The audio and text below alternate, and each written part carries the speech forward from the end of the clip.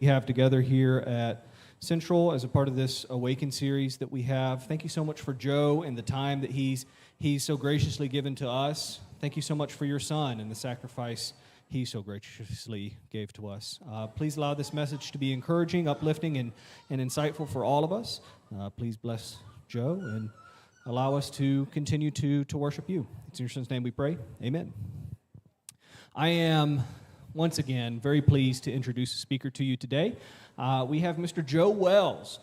Joe Wells is a publication mastermind, has his own publication house, Kaio Studios, Kaio Publications. They've got a number of different Christian books that they have available for you. He is the author of Connected, Parenting Faithfully in a Digital Age. And also, he has a men's book called Complete. Listen, there's not going to be very many guys that are going to be able to speak to the quality and level that Joe is going to be able to, but we have been so blessed to be able to get him for a couple of minutes here today. Joe, thank you so much for your time, and I'm going to pass it back off to you. Good evening. I tell you what, I appreciate the opportunity to be here. Number one, you don't know me. And that's a blessing that, for whatever reason, your leadership said, let's get a guy in here that we don't know. Now, I guess I can't say that across the board. Harrison, he and I were talking, and I said, how did we get to meet each other? He said, well, I don't know if we ever have. He said, I read your book, and I got your book somehow because he was interested maybe in men's ministry, and that led to at least recognition, and that led to a conversation with someone else about, well, who could we get to speak at this Awaken series that is an author and maybe kind of specializes in a certain area? And so I guess my name was thrown around. So you got me. Now, here's my deal, though. I don't believe in making this boring. If you came tonight for a boring lesson, then you might want to check that. Now, the other side is I just set the bar pretty high, right? So now I just told you you're not going to be bored. Well, there's a twofold part to that. Number one is, it's what I do. Number two is what you do, right? So I could come in and I will present the most awesomest lesson you've ever heard. The other side of that, though, is you could just phase out because you've had a hard day, or you may look at this and say, well, what benefit is this to me? I've already raised them, or I'm not a parent yet. Well, here's the good news, right? You and I both have a responsibility tonight, and that is this. We're here to grow in our walk with the Lord. Would we all agree with that? So even when we discuss technology and we discuss the various aspects that we need to be aware of as followers of Jesus, we always look at that and say, well, then why wouldn't I want to be in tune with that? Why wouldn't I be concerned about helping the next generation navigate through these rough waters? Because here's the truth. If we don't have godly people step up and help the next generation, then they will have to navigate those waters, those stormy waters on their own. And as much as we would look at that and say, well, what's the big deal? Here's the big deal. I know I might surprise you to say that I'm in my late 40s. I know I don't look much older than 25. However, we have 4 children, Aaron and I, and we're launching children out of our home. Our oldest son is 21. He's working down in Florida. We have a daughter who turns 20 soon, and then we have a 16-year-old and a 14-year-old. So we are in a weird stage, and I told Craig, I don't like this stage of life. We're launching kids out of our home where you finally get the first glimpse, really, of how did you really do as a parent. Because at that point in time, they're not doing what they're doing because they're in your home. And those of you who are here within the college ministry, you understand that you've got a lot of freedom and a lot of opportunities maybe to navigate waters that are outside of the parameters that your parents set. And so as a dad, it's like, okay, well, did I do enough? When Aaron and I talk about it as parents, we're like, well, did we set them on the right course? Because ultimately, we can't choose all of their decisions. But what we can do is we can try to instill some principles within them that as they get out of our home and start navigating waters on their own, the prayer is, as the scriptures will say, when you train up a child in the way he should go, that when he is older he will not depart. It doesn't say that he won't struggle along the way. But what it says is that there are some principles that perhaps he would come back to. Aaron and I are blessed. All of our children are faithful members of the Wars Church. They're active in service. And I will tell you this, even with that, this is an area that we at times have had to have serious conversations about. Because even good kids will struggle. Even individuals who approach this subject in a very purposeful way, even those families will struggle. And it shouldn't surprise us, and here's why. Because Satan is just as involved today as he was back in the time of the Apostle Paul. Satan is just as involved today as he was back in the time of the Old Testament when they had pagan gods, and the indication was that perhaps God hadn't shown up in a way that they had anticipated, so they started searching after different paths. Satan, that same Satan is involved today. Now here's the good news. The same God is involved today too. Here's the great news. God still is for you. He still wants you, your home, your children, and your future children to be able to navigate waters that otherwise could be very, very scary. Now the good news for me is that they've told me that you're not used to stopping at a certain time. The bad news for you is you brought in a long-winded preacher. Now I will tell you this though. I want to respect your time. And I want to respect your attention. There are only like 70 slides. So if you see tonight that we're zooming quickly, do not be intimidated. And if you see something you want to take a picture of, that's fine, because here's the reality. I was asked to do in 1 hour what I usually do over a weekend seminar over 6 hours with congregations. So you're going to have to hold on like the Pony Express riding a letter across the country, okay? So I want to ask you this. I want you to play along with me tonight. I want you to have a word association concept. I'm going to show you 3 words, and I want you to think about what comes to your mind when I list these 3 words. The first word is intentional. I don't know what comes to your mind with that. Perhaps you think of planning. You think of not just responding.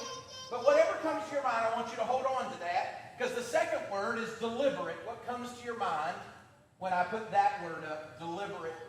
Chances are, of the first 2 words that I've already brought out, there's a common word that both of those have brought forth in your mind, and that is the word purpose or purposeful. In other words, intentional, deliberate, and purpose all play into the same concept. It's a concept that is the opposite of just kind of setting out on a course but not knowing where you're going. As a matter of fact, I ask you to envision being on an airplane, and as you get on an airplane, I want you to think about getting on that airplane, you're boarding, and the pilot is right there to greet you. And you look at that pilot, and you look at your ticket, you say, I cannot wait to be in Detroit. And the pilot looks back at you and says, Detroit? And you look back at the pilot and you say, yeah, that's what my ticket says. That's where we're going. And he goes, oh, I didn't know. He says, all I know is they filled the jet up with fuel, and I was just going to kind of fly around until the fuel, was gone, and then we were going to land. Now, let me ask you a serious question. How many of you would want to get on that plane? Probably as many of you that would want to go to a build site, and when you showed up at a build site, you saw a stack of lumber sitting there, and you went up to the foreman and you said, what's the house going to look like when it's all said and done? You're expecting him to pull out blueprints, maybe some pictures, images on his phone that are digitally created. Instead, what the foreman says is this, well, I'm not real sure what it's going to look like. All I know is we got a stack of wood here, a stack of lumber, and we're just going to kind of slap it up. And once we run out of lumber, then that's what the house is going to look like. You see, the same number of you that want to get on the airplane is probably the same number that want to buy that house. Because you, number one, don't have confidence in the pilot, and number two, you don't have confidence in the foreman. The reality is this, a lot of homes are existing much like that airplane with that pilot and that job site with that foreman. All they know is they got a lot of resources at their disposal, but they don't necessarily have a clue other than the church answer, right? Where are you going? What's the goal for your family? Well, the goal is heaven. And they walk away and they say, well, I did my job then. I told my children that the goal is heaven. Well, here's the dilemma that I've run into in my time in ministry. There are a lot of parents who told their children that the goal was heaven, who sit across tables with elders and ministers crying because their children no longer want to be faithful or no longer want to attend services. And they look back and they say, we don't understand how that happened. Because we brought them to church. They showed up to church. They were in church. That's a good thing. Bring your children to church. The reality is you can bring a child to church because they sit in your house and they're never engaged with the Lord. That's because being an intentional, deliberate, and purposed parent is not just about catching any wind. It's about catching the correct wind. Because the reality is, if you and I are going to end up someplace, if we're going to have behavior that not only is exhibited in our life, but it's exhibited in the life of our children, it's going to be because of intentionality and being deliberate and being purposed. You see on the screen Daniel chapter 1. Y'all remember the book of Daniel. It's a great book that oftentimes is one of those books we teach to our children at Vacation Bible School because it has some pretty neat stories. I mean, after all, Daniel in the lion's den, you have Shadrach, Meshach, and Abednego, which, by the way, were their Babylonian names, not their mama-given names, right? They're thrown into the fiery furnace, and we teach that book, and we say that's an amazing book. And it is, but it starts out in Daniel chapter 1, where the Babylonians are trying to erase the culture of the Jewish people. They're trying to erase the culture to Babylonianize them. And one of the ways they're going to do that, not only in changing their names, was going to change their diet. You see, Daniel was one of those guys, much like myself and about one or two of others in this room, who were good-looking young men. Right? They were brought into the service of the king, and in order to be brought into the service of the king, there was a purification ritual that had to take place. And Daniel understood something, which has always been kind of a point of interest to me. In a group of people who were taken off into captivity because of disobedience and disloyalty to God, Daniel understood that there was something different between clean and unclean. Somebody had to teach him that. Somebody raised him that way, which tells me then, during the captivity period of the children of Israel and the children of Judah, that there were some who must have held on to something, but they were treated as a collective whole. Either way, Daniel knew something. He knew that if he followed after what the culture wanted him to do, if he followed after the erasing of his upbringing and embraced a new pagan culture, that it was wrong. So the Bible says that he purposed in his heart, he purposed in his mind, not to defile himself. What does that mean? It means that before a decision was ever made, he had already made up his mind. Before a decision would ever confront him, he had already worked through what he was going to do, because being purposed is not merely reactionary, but it's intentional and it's deliberate. And I would offer this to you. If you want to find a perfect example, Jesus Christ is your perfect example. You know, in the book of Matthew alone, there are at least 5 occasions where Jesus was said to be understood. He said to understood his point, his mission. I oftentimes will use an illustration like a bird dog that's on point, and I don't want to belittle Jesus and his ministry, his time on this earth in any way, but if you understand that illustration, then you understand a bird dog, when it sniffs out a bird that the hunter is supposed to go get, you may have seen that dog that stands looking at that animal. You've seen the images. Oftentimes there's a foot up and and it's like, I don't know if that happens. I don't have bird dogs, right? Maybe you do, and you're like, that's exactly what happens. I don't know. But what I do know is this, that a bird dog on point is not allowed to release the point until the owner tells him to release the point. So what do I mean when I say Jesus was on point? At least on 5 different occasions in the book of Matthew, we will read why Jesus came to this earth. Matthew chapter 5, verses 17 through 20. He came to fulfill the law and the prophets. Matthew chapter 9, verses 9 through 13. He came to call sinners. Matthew chapter 10, verse 34. He came bringing a sword. Matthew chapter 18, verse 11. He came to save that which was lost. In Matthew chapter 20 and verse 28, he came to serve and give his life as a ransom.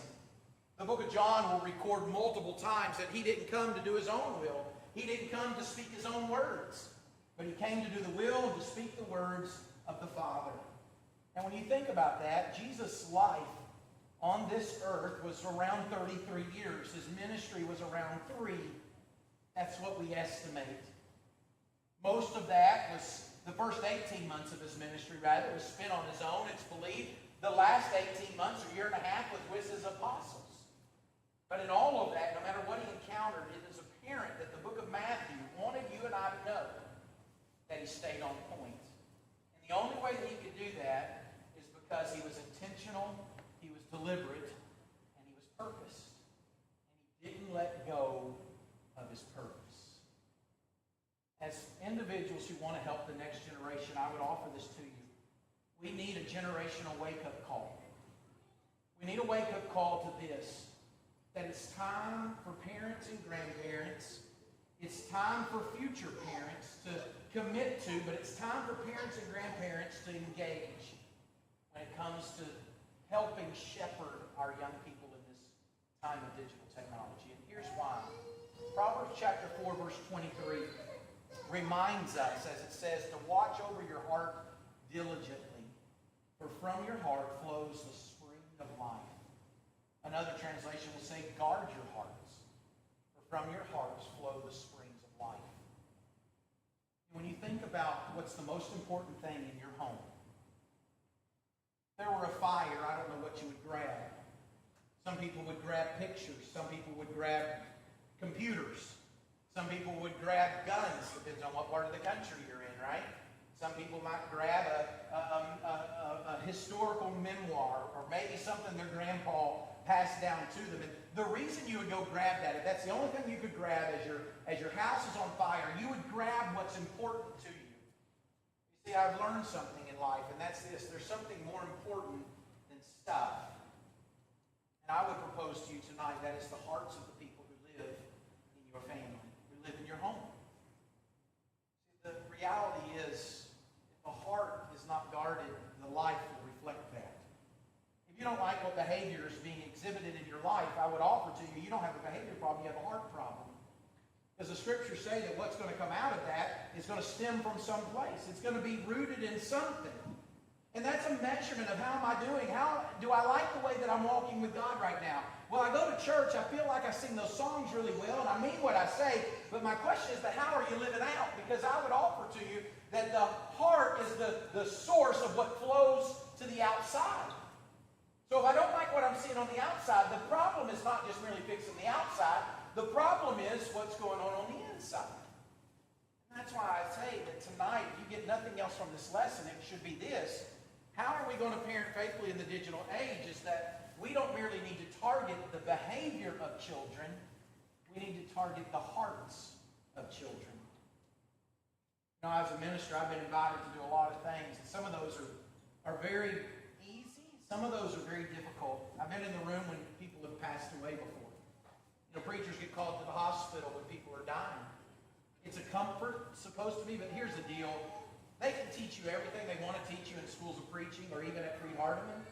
It's hard to actually know what it's like to be in the room when someone dies. I'll never forget being in the room when a father died, an elderly gentleman, and his grown daughter turned back to look at me as she screamed, as if I were going to have the words to say to take away her pain. And I could say nothing, because nothing was going to take away her pain. I walked in once, and the situation was there was a mother who was rocking her deceased child. The child died in childbirth. Other occasions, I'm blessed to be a part of weddings. Sometimes there's hardships when you're invited to go to people's homes who are not faithful in their attendance. This particular occasion was one of those. I was the new preacher in Alabama at this particular location, and one of the deacons had invited me to go to this individual's house who was not faithful in his attendance, and the goal was, we want him to come back. Well, I learned a few things. Number one, I learned that he was hot and cold throughout most of his adult life with his attendance, his Christian walk, I guess is the way we could summarize that. He had struggled at times with addictions. He had been in and out at times of the local jail. And so he had some struggles in his life. But when we went there, the deacon went first. I was the new guy, so I didn't know the man. The deacon spoke up and he said, we want you back at church. And this individual, he said this, well, then I'll come back. He said, I have a rule that as long as somebody asks me to come back, I'll come back. Well, his history was he would come back for about 3 months, and then he would be gone again for a year.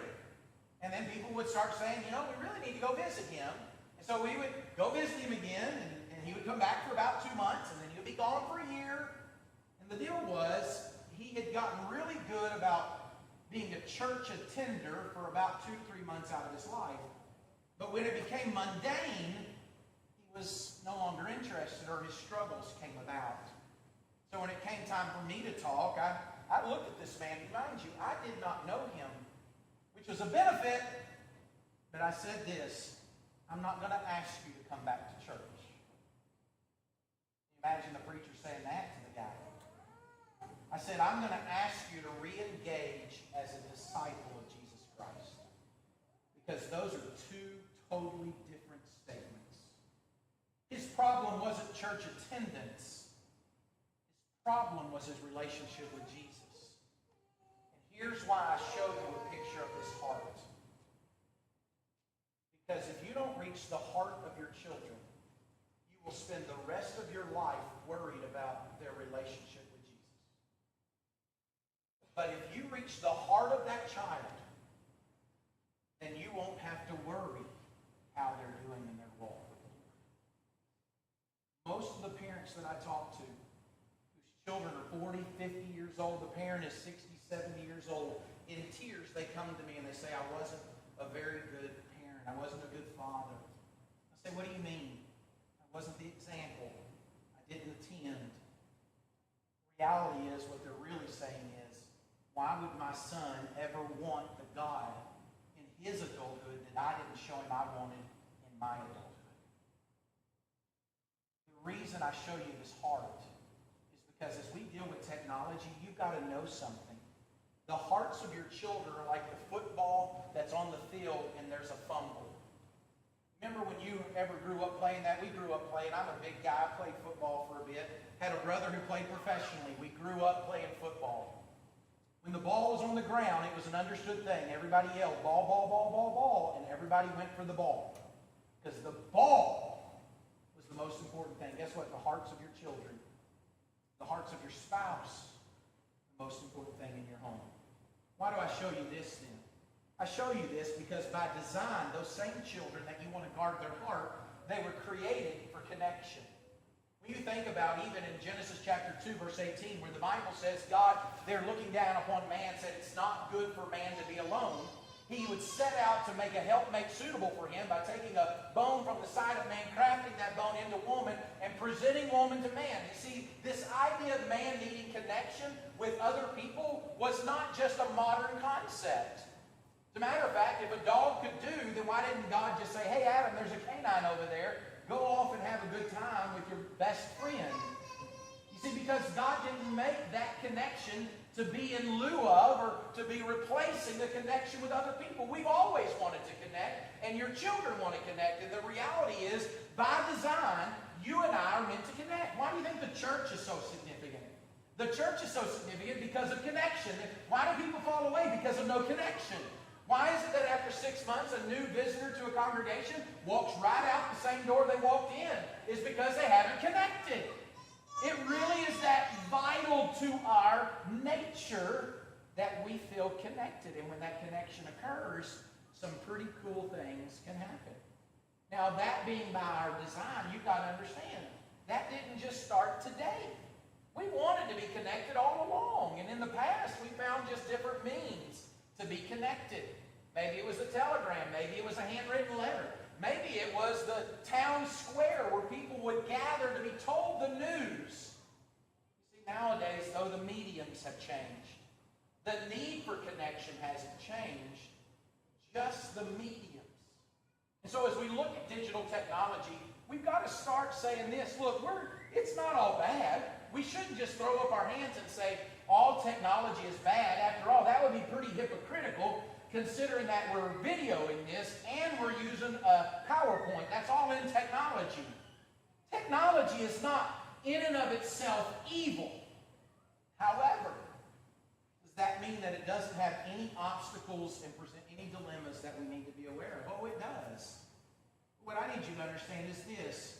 If you are dealing with children or grandchildren, or you're thinking about your future children, and you say, well, they just want to be connected all the time, I would offer this to you. It's because by design we need to be connected. If you don't have connection, then it leads to despair. It leads to thinking down about yourself. Why am I so worthless that no one wants to connect with me?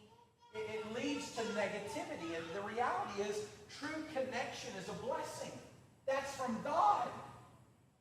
But I will say this. You can be overly connected.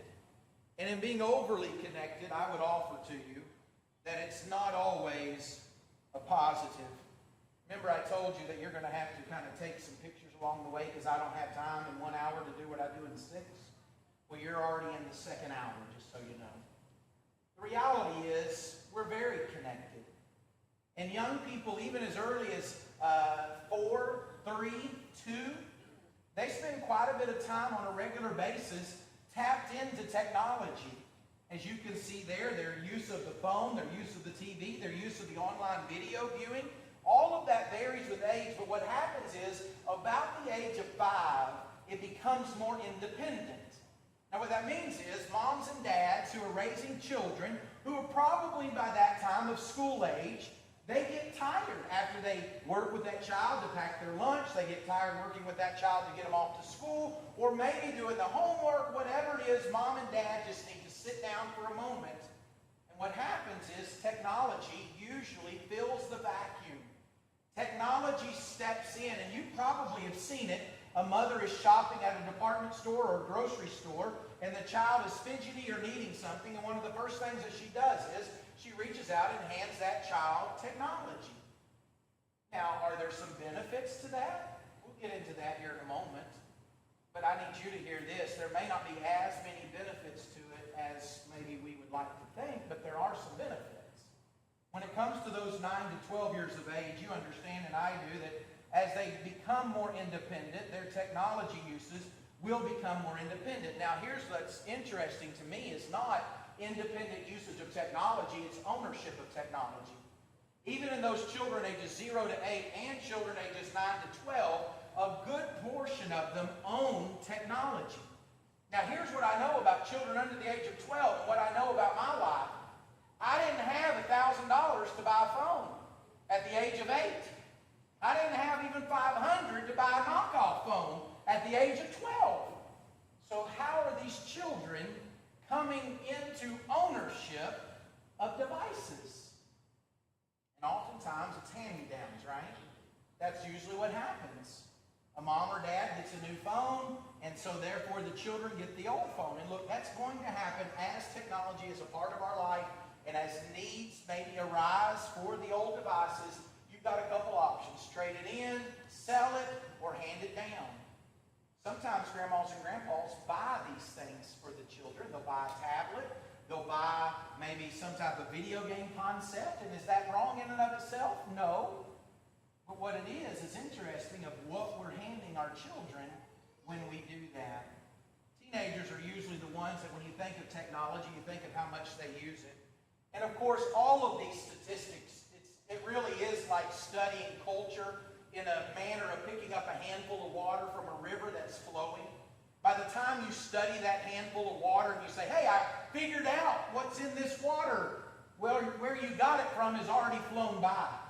And so oftentimes in culture studies, they are going to be a little behind because of the nature of the fast-moving culture. I mean, after all, when we really stop to think about it, what we're studying hasn't really been around that long. In the 1950s, only about 10% of Americans had a television set. The smartphone came out in 2007. The iPad came out in 2010. The internet wasn't invented until Al Gore did so in 1995. I mean, after all. And that's not true, just so you know. The internet was around long before that. It was commercialized around 1995. But here's the deal. What we're studying, while we look at that and we say, Joe, we've had since 2007, coming up in almost 20 years. And I would offer to you 20 years is not long enough to know the full effects. You don't have enough of a time period that's passed to to know what we're really dealing with. And now all of a sudden, when we're coming to some understanding of the use of smartphones and iPads, now all of a sudden AI has been introduced. And we don't really know what to do with that yet. Oh, we're figuring out some things, and colleges are trying to teach young people how to use it with integrity. And you know that there's AI checkers that if you do a paper all on AI and you submit that, and your teacher can have a checker that will go through it, and if it gets flagged for too much, but here's what I know even on that. What I know is I can write an article, and I've done it all on me, turn it in, and try to see what the AI checker would say about it. And at times it comes back with like 40% AI wrote it. And I'm like, I know for a fact that AI didn't write that. But the reason I say we don't even know what to do with it, when you can create pictures, you can create videos, you can superimpose anybody's face on anybody's body, we're yet to able to even fathom what it can do. Although I did see something the other day that said AI, it's been looked at. Of course, there's not enough time to come to this conclusion, but AI use, a heavy AI use, like with ChatGPT or any of those other things, it is leading to the dumbing down of the user. And I'm looking at that going, well, I can see how that might happen, but again, it's not been out long enough. But what we will know is this, that it's forever changing. That's why I show you these things. It's like, okay, as soon as I show you these statistics, those statistics aren't always going to be there, but what will be there is this. Kids are very plugged in. They use the device almost regularly, and social media is a big component of that, just as it is in our life. But over and over again, it's not necessarily the social media things that you and I are thinking of, Instagram, Snapchat, TikTok. The reality is YouTube is the #1 social media site in the world. It's the #1 most used social media site. You say, well, how is it social media? It's social media in that you can post to it, you can consume it, but you can also leave comments and interact with one another through that. So it's seen as the #1 social media platform out there that teenagers are engaged with. And it's also of interest that you might find that young people, the darker the color, the more constant the use of technology. What you find is YouTube is almost constantly used throughout the day. That's the #1 line that you see up there. Now, all of that shouldn't surprise you. For me to say, hey, we're really connected today, why is that a problem? Well, it might surprise you to say that even people who don't approach it from a Christian standpoint say that we're too connected. Remember I told you we were designed for connection? But then is it possible that you can be too connected? Is it possible that all of that connection is not good for you? Well, here's something that would be interesting for you to look up. The American Academy of Pediatrics. That's who came up with these results. And what they said was this, that young people in the following ages, this is how much time they should spend with technology. Those 0 to 18 months should never get on it. I didn't come up with that. That's not a Christian standpoint. That's a medical doctor or a psychologist standpoint. 18 months to 2 years, only 15 minutes a day, and they would say it needs to be what they call high-quality content. You say, what's high-quality content? Well, I can promise you this, it's not Paw Patrol. Okay? High-quality content for the older folks would be something like Sesame Street. Right? It would be Mr. Rogers' Neighborhood, or it would be Daniel Tiger's Neighborhood, right? Those kind of shows. It's a show that wants to take you on a journey of learning. So it engages your mind to actually try to learn something.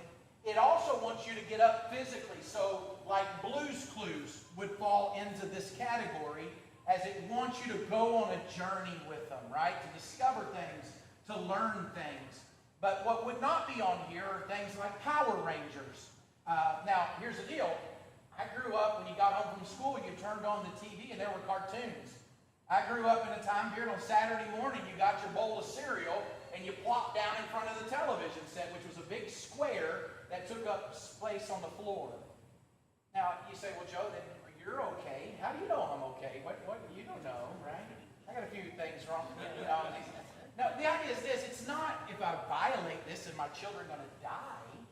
Isn't it interesting that even those who don't approach it from a Christian standpoint say that you can actually be too connected. 2 to 5-year-olds, less than 1 hour. 6 to 12-year-olds, less than 2 hours. 13 to 15-year-olds, less than 4 hours. And I disagree with them on this one, but they will say 16 plus is advice and consent or context. In other words, you be available when they see something and they come to ask you, then you can explain it to them. And here's why I disagree with that. At 16, we're not done raising our children yet. Now, at 16, they're still not 2, so I'm not suggesting that. But what I am suggesting is it's one of those concepts that still needs to be paid attention to.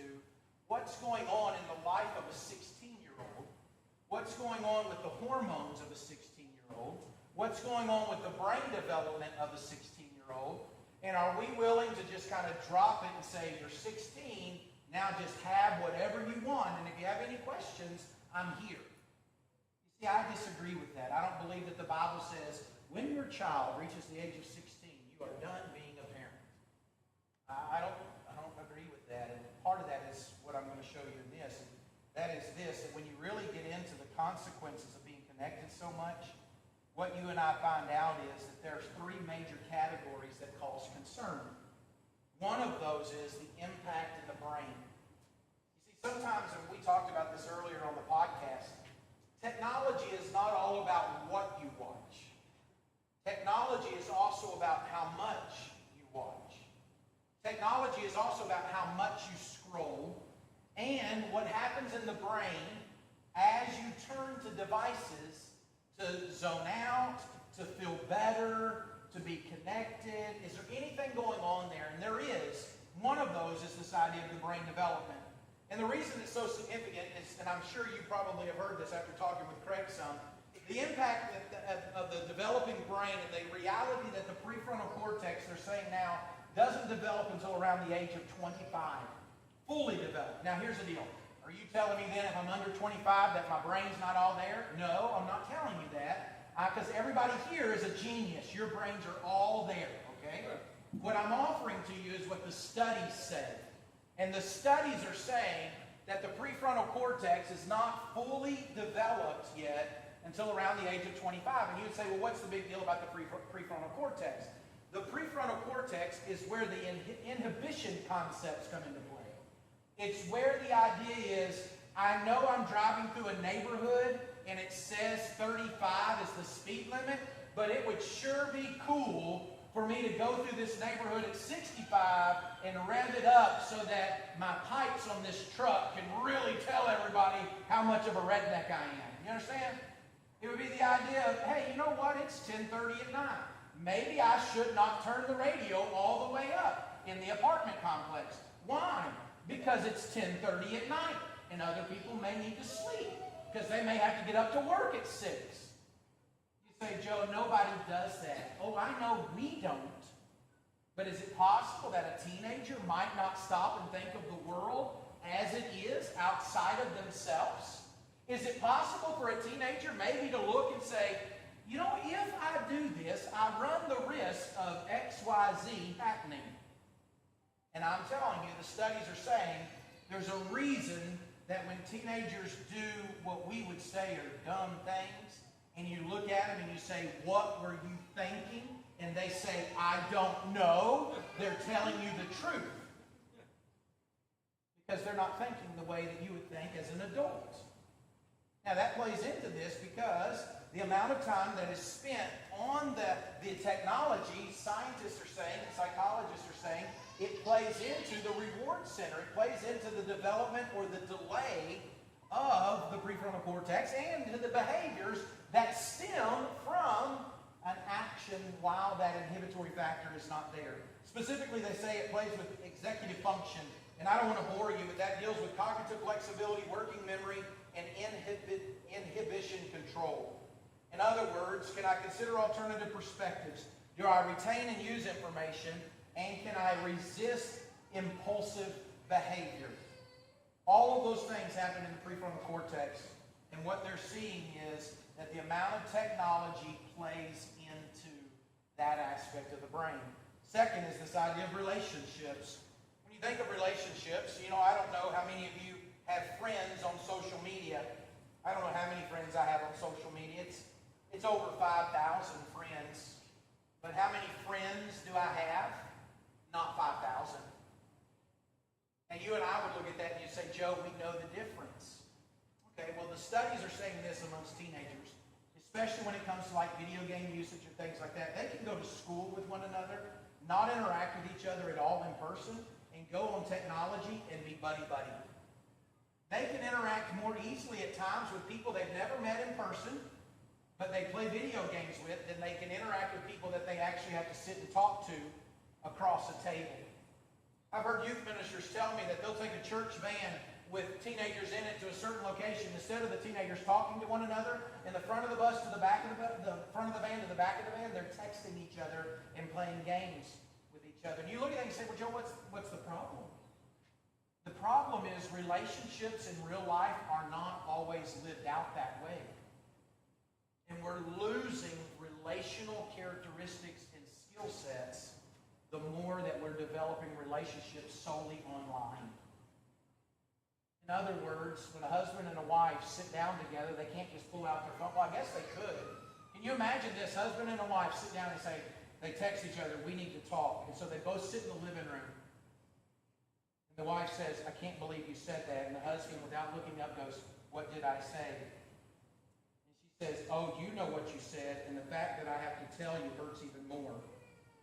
And he texts back, honey, I'm so sorry that I said that. It was so insensitive. Says, well, I'm glad you finally know. He writes back and goes, I still don't know, but I know that you said it, that I said it, and I said it, and I'm sorry. Can you imagine a relationship lived out that way? That's not real life. Real life is looking people in the eyes. Real life is having a conversation, sharing ideas, sharing emotions. And you look at that and you say, well, Joe, what's the big deal? The big deal is that the more that we spend time on social media, on video games, the studies are saying that our relational skills are becoming less and less. On top of that, you've got young people who don't know that friendships online are not the same as friendships in real life. And on top of that, you can actually have a boyfriend and girlfriend online, but not a boyfriend and girlfriend in person. And that gets scary because of what you see there on the screen underneath that one, which is this idea of sending inappropriate messages online.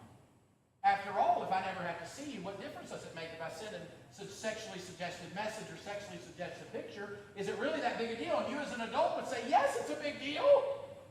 But as a young person who doesn't necessarily have the prefrontal cortex fully developed, not thinking the way you think, they may know it's wrong, but they may reason why it's okay.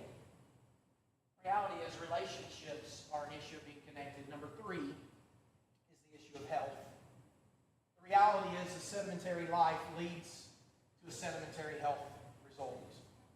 And look, this is not are we big or are we small, are we tall or are we short. This isn't, are we big boned, full figured like myself, or skinny like runners. That's not what this is about.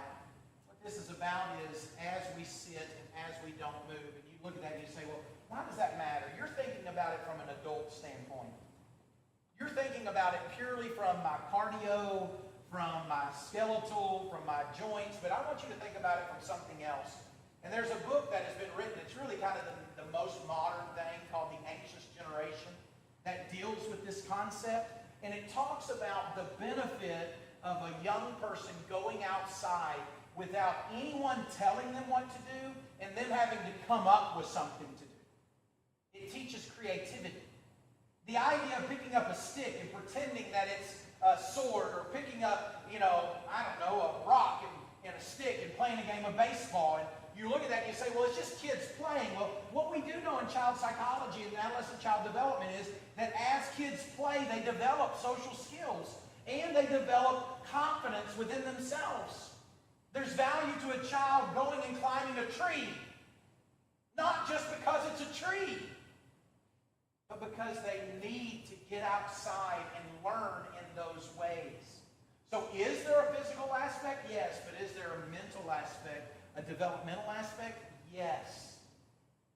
What's happening is the more we're okay with our children not doing those things, we're actually not helping them, we're hindering them in their adolescent child development.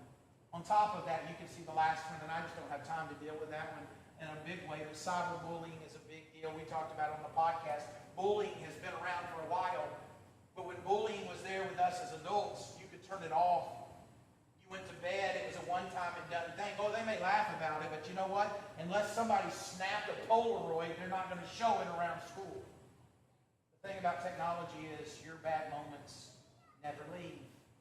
And there are memes that are created, and there are anniversaries that are shared. Do you remember when Joe did this? Yeah, look at the picture. Let's share it around school again. The problem with technology and when it comes to health, it's not just physical, it's also mental and emotional that they're saying it has a big deal with. And that goes back to this. I showed you a Lego block earlier. I want you to also realize this. Your children aren't just Lego blocks, they're sponges. And they will absorb the environment that they spend time in. Think about a sponge. You're going to put a sponge on in a bucket of water because you're washing your car, and you expect that sponge to do something. What you expect that sponge to do is absorb. Well, imagine a culture that is so connected that they spend more time on technology than they do sleeping. They spend more time with social media influencers than they do quality time with parents and grandparents. That's what the studies are showing. So I ask you, what will they absorb? They're going to absorb the thoughts, the views, the worldview, perhaps even of who they spend the most time with. And that's why when you really start getting into the consequences, I don't want to just deal with we're created that way. You know we're created for connection, but is it possible to be too connected? Is it possible for there to be some things that we need to be aware of? And the answer is yes. And one of those is not merely this idea of your brain development or relational or even health, although mental health plays into this. There's this reality of our world online being the ideal self versus at times being the actual self. You know the difference between the ideal self and the actual self, right? The ideal self is kind of like this picture that's taken and put on social media. And I don't believe anybody here does this, right? But they're in an environment and they start looking around at the environment, and over half of the room is dirty. But there's one corner that if I just moved a few things out of it, then it would be the perfect corner. And so I moved just a few things out of it. It's called staging. And then I turn around in that corner because that's my good side is why I'm doing this, right? And then I don't take a picture down here. I've learned some things being married to a lady. You do not take a picture from down here. You take a picture from up here. Because my ideal self says I want to make sure my good angle makes me look good. And then what you do is you make sure your hair's good, right? And then if you need to, get your makeup right or whatever it is, and then you take the picture. And you look at that and you say, well, Joe, that is me. I mean, I am in that corner. Yeah, but why didn't you turn around to the 3/4 of the room that was dirty and do this? You're like, sometimes I do. Well, good. You're agreeing with my illustration then, right? But the idea is this. We usually want to manage what people think about us online. So we present our ideal self. And sometimes the ideal self and us not living up to the ideal self can hurt the actual self. I'm talking about mentally, emotionally. And sometimes it's not even our ideal self. Sometimes it's the reality of, you know what? I didn't get invited to that party. I didn't get invited on that outing, therefore I feel like I'm missing out. And that's what teenagers say over and over again. Not only do they post only what makes them look good or what they want other people to think, but then there's this idea of, well, if I got left out, then there must be something wrong with me. You know what? The reality is when you put so much of yourself in that world where you start going, man, I'm not worth anything unless people invite me. I'm not worth anything unless people bring me in. And all of a sudden, your anxiety levels kick up tremendously. It might not surprise you that 61% of kids feel a lot of pressure to get good grades. 29% feel a lot of pressure to look good. 28% feel pressure to fit in socially. 21% feel pressure to be involved in extracurricular activities or good at sports. Over and over again, what we're reading is this. The more connected young people are, it seems like the more anxious they are. And you might look at that, and I saw something earlier. It was a commercial on the news, actually, and it was talking about young people and levels of anxiety and levels of happiness, and that it's our common responsibility, and I am grateful they included this, but one of the things they included in this advertisement on a news channel was the amount of time spent on devices. Because I'm telling you, the studies are showing that the more technology becomes a regular part of our lives, the more anxious we are becoming as people. That's why they'll tell you, put your phone down and fast from it for about 3 to 5 days. Just go a full day without it and see how you feel. But go about 3 days without it and see how you feel. Go 3 days without social media and see how you feel. You know what you're going to find? You're going to find a lot more peace. It's almost like life slows down and you can be in the moment without being afraid you're missing something or that you should be checking on something. I didn't come up with put the phones down. Chick-fil-A puts a basket in the middle of the table on a family night, and if you put your phones in the basket, you get free ice cream or whatever they call it. There are companies that are coming to the table going, look, part of the problem with our connection is we're overly connected in the online world, but underconnected in real life, and it's not playing well for us.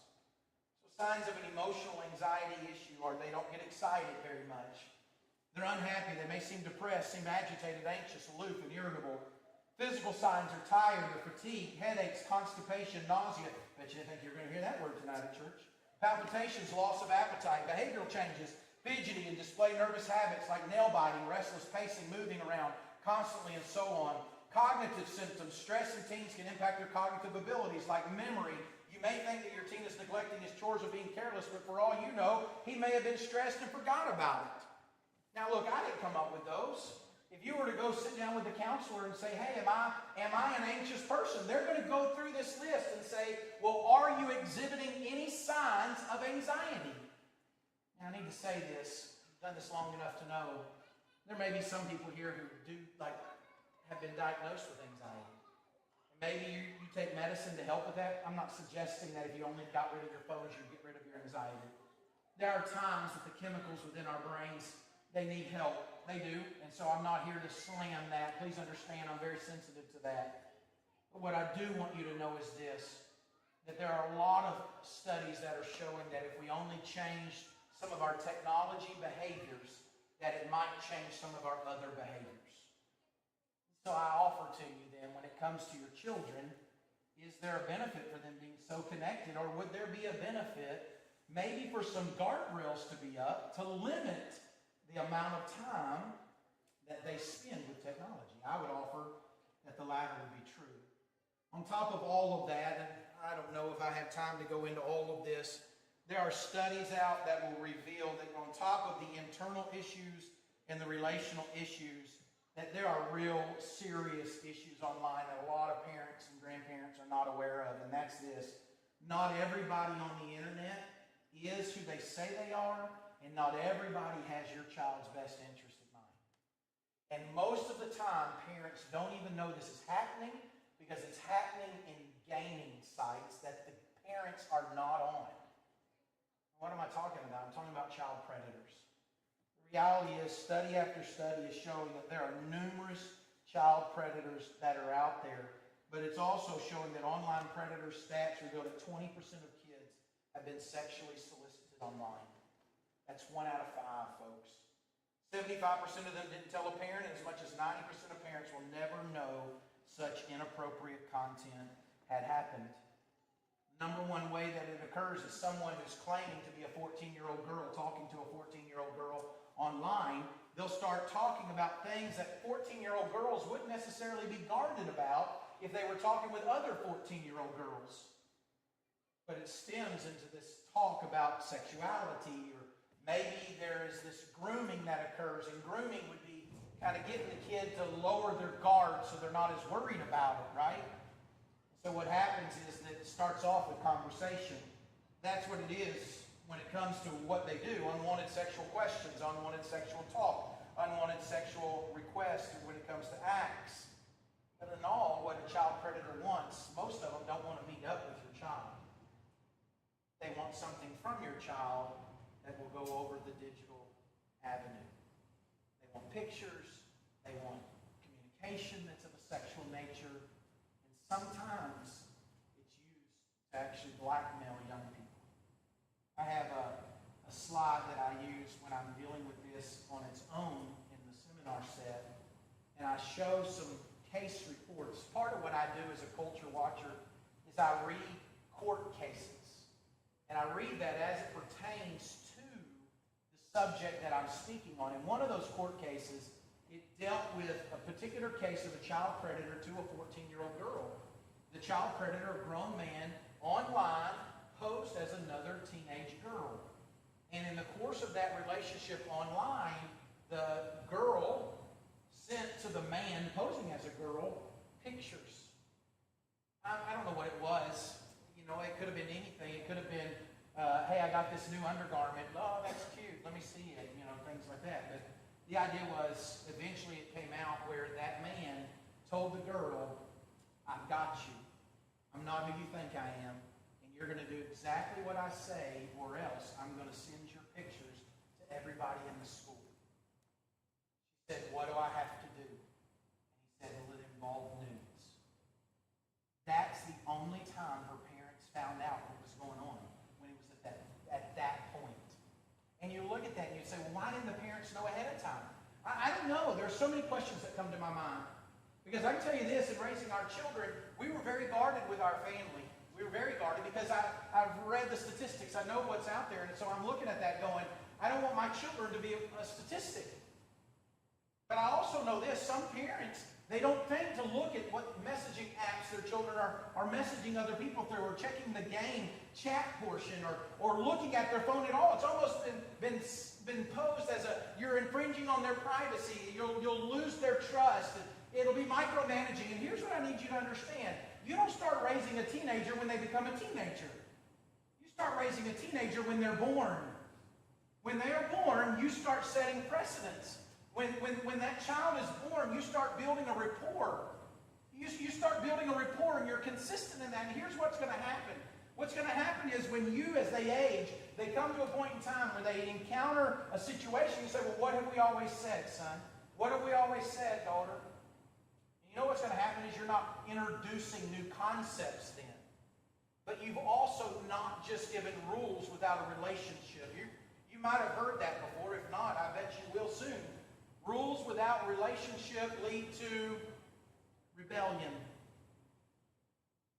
So yeah, you can be that authoritative parent when it comes to technology, or you can be a parent who has rules with relationship, and therefore it doesn't lead to rebellion. You say, Joe, that doesn't happen. I know my house. My parents put their foot down and we didn't like it. Well, here's the deal. I put my foot down. You don't know me very well. You got to understand. I wish you knew me better. I'm the guy who's told my kids that if they abuse a PS5 and the rules that we have in the home, I have no problem taking the PS5 outside and hitting it with a sledgehammer. That's who you're dealing with. Now, have I ever had to do that? No. You say, why wouldn't you just sell it? Because my job is not to get money. My job is to get my children to heaven. And there is a visual image to not allowing technology to get in the way of our number one goal in our family. So here's what I would tell you from a guy who parents from that perspective. My children know that I love them, and they are very open and honest with me. We've got a rule in our home that if my sons, of course that's who's at, my daughter's out, my older son's out, but 16 and 14, that if they come across a site, because we've got some things on there that I'll introduce to you here in a minute. If they come across a site that they know they shouldn't be at, and they tell me about it immediately and get off, they won't get in trouble. But if I find out about it after the fact, then we're going to have a long conversation about it. And you know what happens when you develop a relationship with children where I trust you, and look, we have a mutual respect, and I'm going to offer grace. You know what that child doesn't want to do? Doesn't want to rebel. But you know what? When a dad comes in with a heavy-handed fist and he's ruling his house in a way that's an authoritative way, guess what that child never will want to do? Open up and talk to his parent. I don't know if that was what was going on there, but what I do know is this. I wish that parent had known before the 14-year-old girl had shared pictures. Number next is this issue, and I'm really flying. You know, the reality is, I'm curious, if I wanted to find information about your family, how easy would it be? If I went to your social media accounts, and I don't know who has children, who has grandchildren, and things like that, but let's say hypothetically a family in America. they're raising two small children, and you and I are bad players. If we went to their social media sites, what could we find out about their family? If it's not set to friends only, here's what I know I could find out. I could find out their children's names pretty quickly. And if it weren't on their sites, I could do some cross-referencing, because I bet Grandma and Grandpa are pretty proud of those grandchildren. And I would get them on Facebook, because that's where Grandma and Grandpa is, right? And they're posting pictures about those grandkids.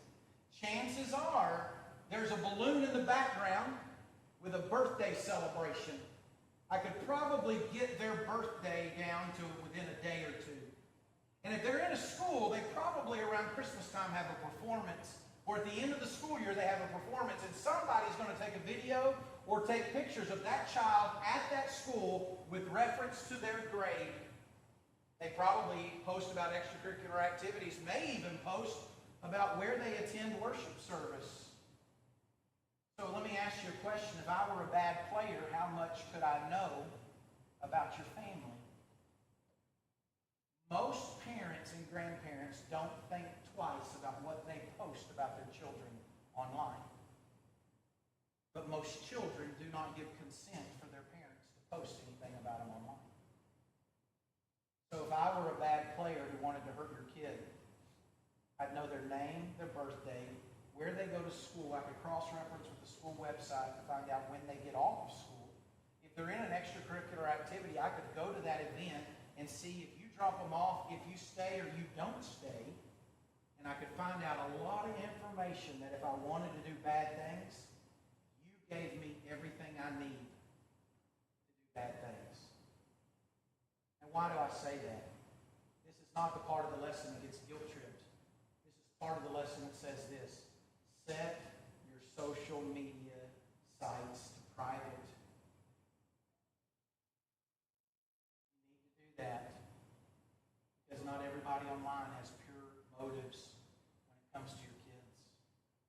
The most obvious one, and I'm going to speak through this one, is pornography. But here's the reality. The individuals who see pornography, studies are revealing it used to be older, around 13. There's some studies out now that say it's as young as 10, even earlier than that. If you think for 1 minute that if you have a device in the hand of your child that they aren't going to possibly stumble across something on the internet regarding some type of sexual content, you're fooling yourself. It's the number one term out there. There are more pages dealing with that subject than any other subject. It's called the World Wide Web. Remember www dot something? The World Wide Web. Statistics say that your child is no more than 6 clicks away from pornography. 6. But on top of that, here you go, neither are you.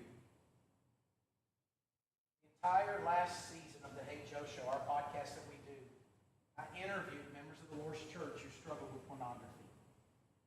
I put a plea out on social media, and I said, if you've struggled in the past or you're struggling now, if you're ready to talk about it, I would love for you to come on the show. It's not about shame. I don't even have to know your name. It's about finding hope, your story, helping other people overcome it. I had to turn people away. That's how many people. You say, how do you know they were from the Lord's Church? Every one of them was from the Lord's Church. I can tell you that factually. All of them started really at the time of puberty onset. And back when they started, the internet wasn't the way they started. You actually had to find it, and some of those people found it in their dad's collection of magazines. Some of them found it on late night TV. Some of them found it in the high school or in the school setting with their friends who brought magazines from their older brothers. All of them started around the time of puberty. Here's why I bring that up. Because puberty is so weird anyway.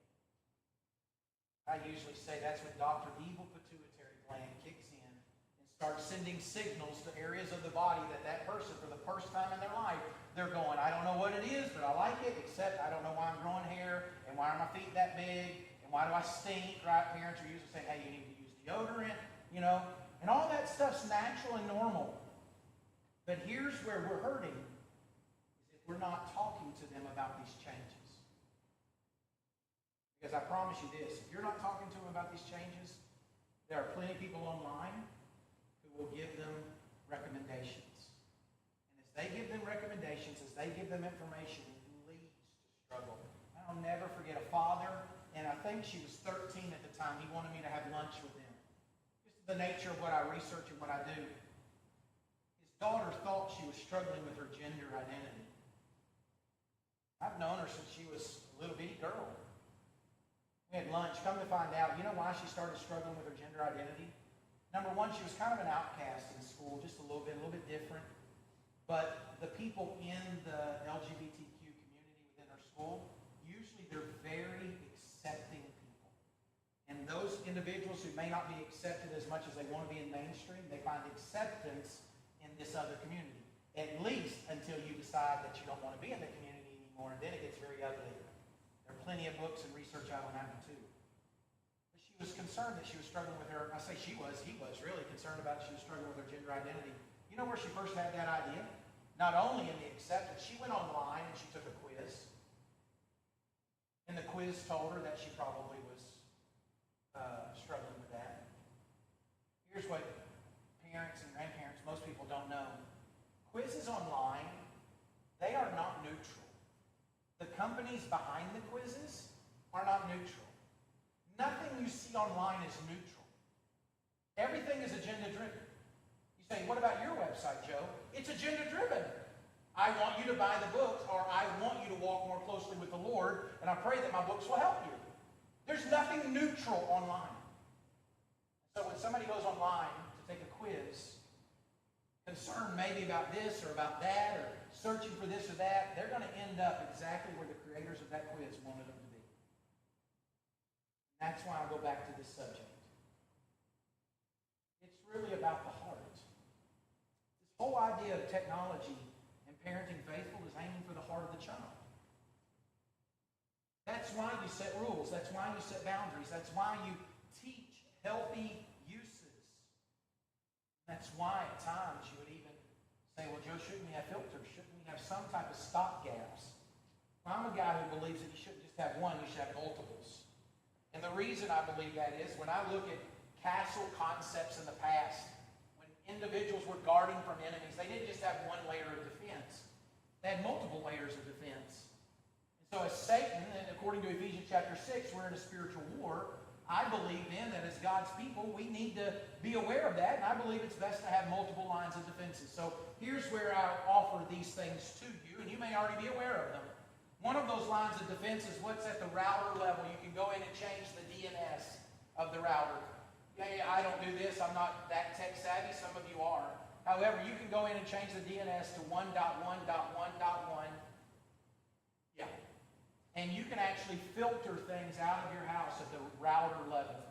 I didn't learn that on my own. I'm not smart enough. I called a guy who's over a private Christian school affiliated with the Worst Church. He said they have over 2,000 connection points on their campus. He goes into the router and he changes it and he sets parameters at the router level, but you can do that too. You can also purchase things to put between your router and your modem so that as it goes out, you can monitor what's going out, you can restrict what's going out, but you can also tell what device did what. And so therefore, if there's a reason, maybe thinking that a child is struggling in a certain area, or maybe you have a rule as a parent, no cell phones after 9 o'clock, and if you allow them to take the phone to the bedroom, that's when most of the time parents go to bed, kids get on that phone. The idea is you can actually shut that phone off. You say, well, what about their cell service? You can actually shut it off with some of these things. But if it's not with that, there'll be other services that you can do. This is one that we use. We use Covenant Eyes. It was designed as a way to help individuals who struggle with pornography to come out of pornography. You have a covenant partner. Now, the idea was not that we had that issue in our home, but if we ever did, I'm glad that we had this. But what I do like about Covenant Eyes, it operates on a VPN. It monitors other sites, not just the internet. It monitors apps. But what I love about it is I get a weekly report of certain accounts. So we have one account for the kids, one account for Aaron and I. And then also it takes random screenshots of the devices. Now here's the deal. Do I believe my kids are going to do things that are bad? No, but I believe they're kids. And here's what I do know about individuals who get wrapped up in pornography. They believe that as long as nobody finds out, it's not that big a deal. So therefore, anonymity is one of the legs of the stools that it stands on. If you can cut out, nobody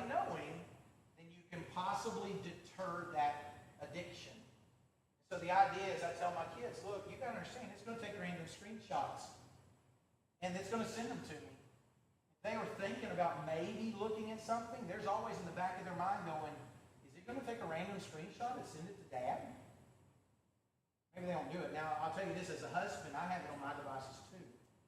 But there was a guy out in California who taught me a lesson at one of the camps that I was speaking at. He said, I gave my wife a present. I said, what do you mean you gave your wife a present?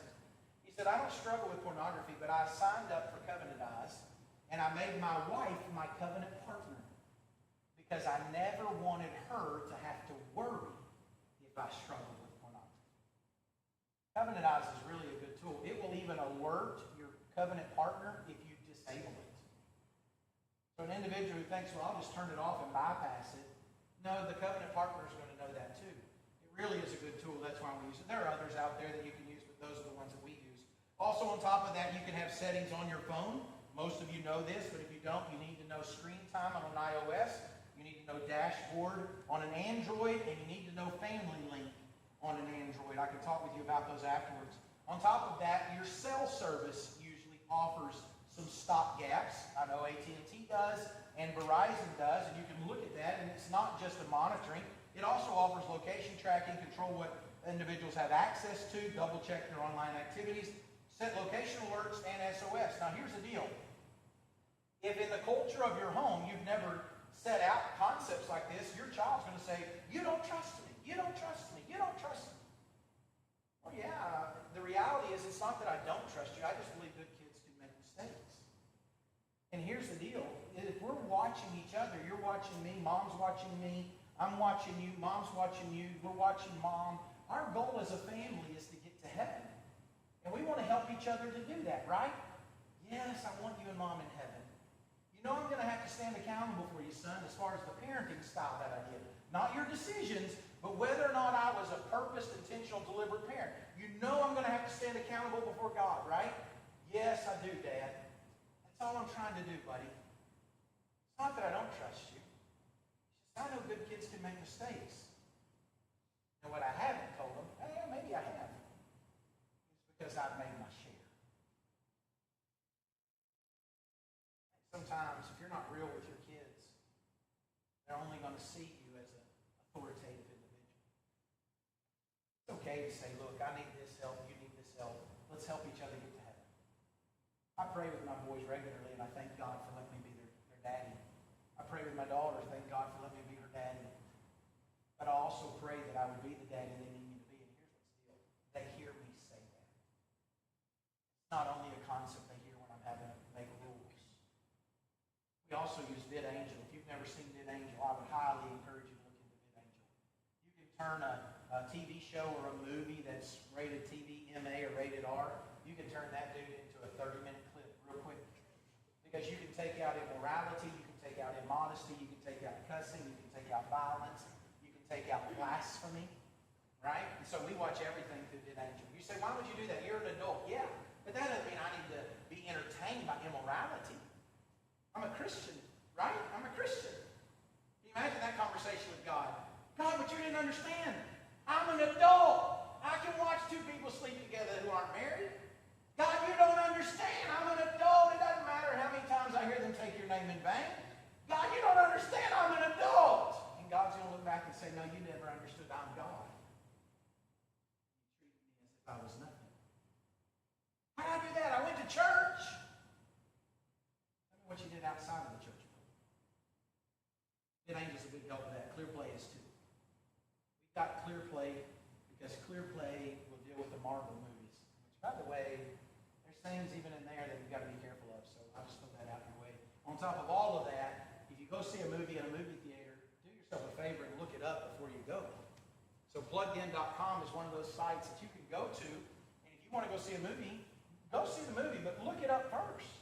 It'll tell you how many sex scenes are in it, how many cuss words are in it. It'll tell you the overall theme of the movie as far as is there anything in there that violates a moral compass set by God. You say, Joe, that's a lot. That is a lot of work. It is a lot of work. But here's what I know. It is hard to lead your children to a place that you're not willing to go yourself. It is really hard to tell your kids, you know what, we